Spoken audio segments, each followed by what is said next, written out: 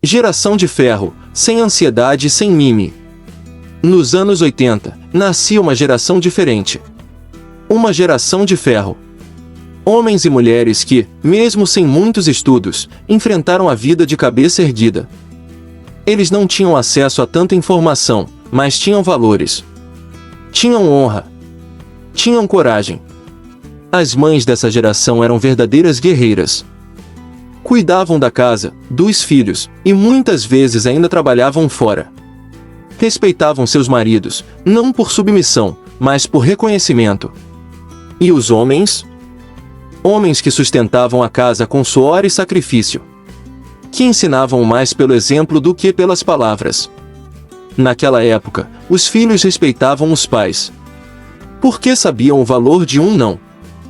Sabiam que amor também se expressa em disciplina, em cuidado, em limite. A educação vinha do berço, da autoridade que se impunha com amor, não com medo. Não havia internet. Não havia tela o tempo todo. Mas havia união na hora do jantar. Havia conversa, conselhos, broncas e muito carinho. A geração dos anos 80 talvez não tenha tido tudo, mas deu tudo de si. E é por isso que muitos de nós estamos aqui hoje, firmes, fortes, de pé. Nos anos 80, nascia uma geração diferente. Uma geração que não teve tudo na vida, mas soube fazer de tudo com amor. Homens e mulheres que cresceram no tempo em que a vida era mais difícil, mas também mais verdadeira. Não havia tecnologia em cada canto, nem informação em excesso. Havia suor. Havia esforço. E havia caráter. Eles não tinham diplomas pendurados na parede. Muitos mal passaram pela escola. Mas sabiam educar, sabiam ensinar. E sabiam amar. As mães daquela época, as mães, eram verdadeiras guerreiras. Cuidavam dos filhos, da casa, do fogão, e muitas vezes também do trabalho fora. Mulheres de fibra. Mulheres que tinham respeito pelo seu marido, não porque eram obrigadas, mas porque entendiam o valor da parceria, do esforço dividido, da luta vivida lado a lado.